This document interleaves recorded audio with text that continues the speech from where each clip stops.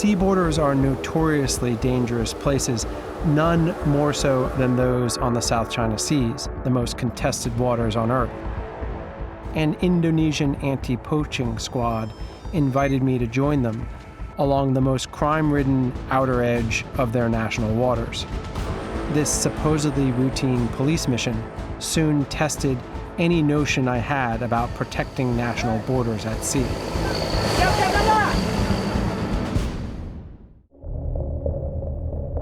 Two-thirds of the planet is covered by water.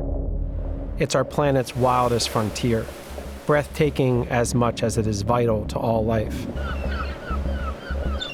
A place of discovery and endless reinvention, a metaphor for freedom, as well as a profoundly dystopian realm, where the darkest of all humanities play out.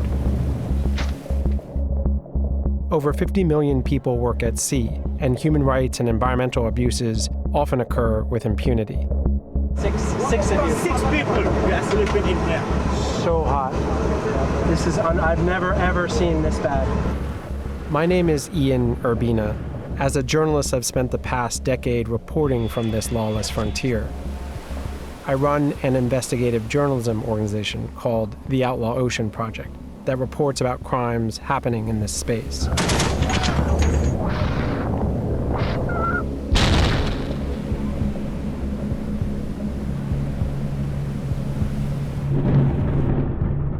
This is the Outlaw Ocean.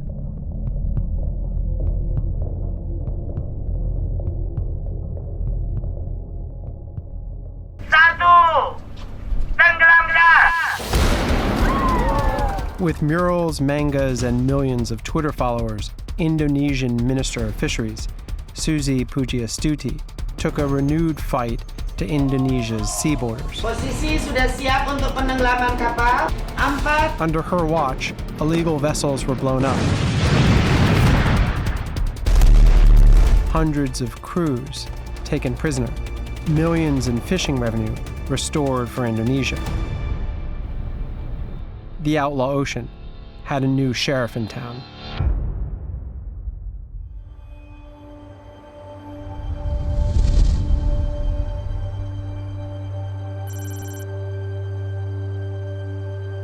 Before joining one of the Indonesian maritime border patrols, I traveled to the island of Pontianak to spend a day in one of the country's 5 detention centers that hold hundreds of crew seized from illegal fishing boats.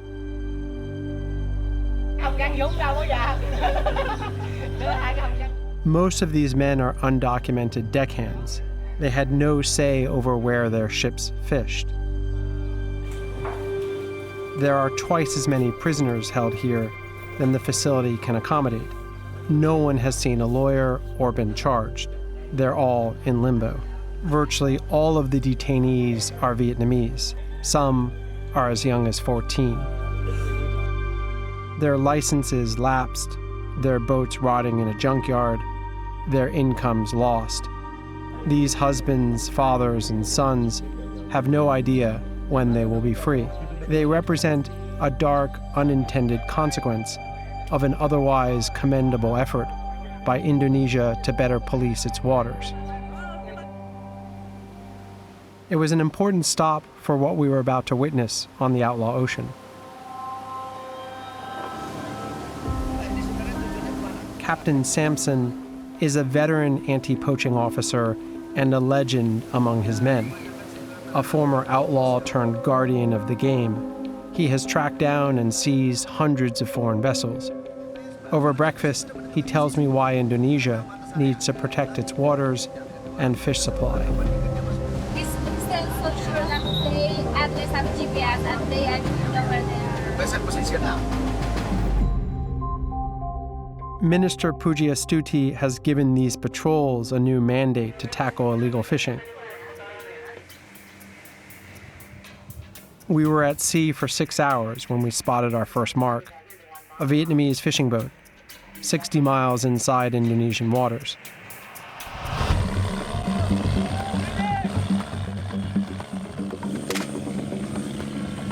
We gave chase. After warning shots, Sampson's men board the vessel and arrest the captain and deckhands.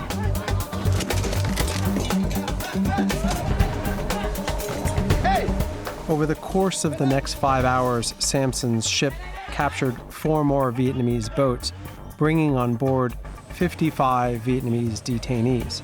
Each time, Samson left an officer aboard the captured boats, and our convoy began to head back to shore. We had been patrolling for days in Indonesian waters. It had been a very successful mission with lots of arrests, and the officers were proud of their accomplishment. But then, everything suddenly went haywire. Mas Gun ada di kapal kamu kah? Mas Gun, orangnya Mas Gun. A frantic call came into the bridge from one of Samson's officers, who was helming the last of the arrested Vietnamese boats in the convoy. The officer's name was Mas Gun. He was under attack.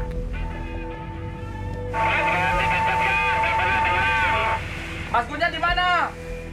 A large Vietnamese Coast Guard cutter had intercepted him and isolated him from the convoy. He was being rammed, and he feared for his life. We immediately U-turned and full throttle headed back to Mas Gun's location. But we were outgunned. The Vietnamese Coast Guard ship was twice our size. The Indonesian officer Mas Gun could no longer be contacted, and the seized ship he was escorting back to port was now sinking. Does he have a plan for getting his guys? Has he communicated with them? I found myself a reluctant translator between the Indonesians and the Vietnamese as they haggled over the release of their respective captives.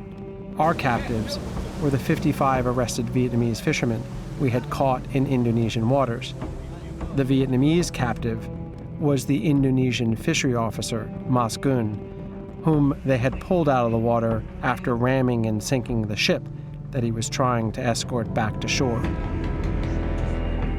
The Vietnamese demanded that all of their men and the boats be released, asserting the men were fishing in Vietnamese waters, despite the maps clearly showing these are Indonesian waters. Samson was willing to give the men and boats back in exchange for Mas Gun. Oh, guys, get the binoculars. We see the officer now. Here's what I propose. You put the officer in a boat, send him here. We will put the Vietnamese men in the boat and send them back. Over. Suddenly, there's a commotion at the rear of the boat.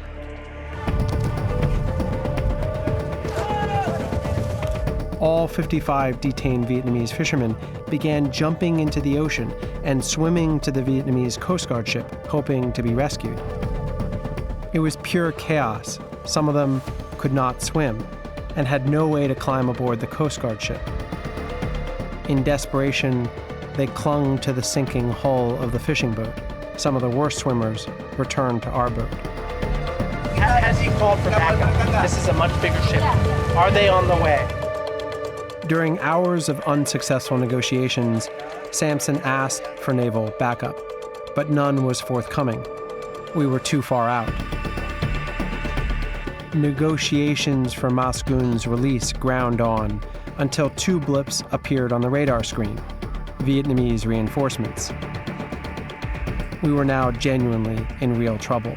Samson did not want to abandon his officer, who was being held on the Vietnamese Coast Guard ship in front of us. But with reinforcements rapidly heading our way to arrest all of us, Samson reluctantly did as he was told by Jakarta, and we fled the scene to avoid our own capture.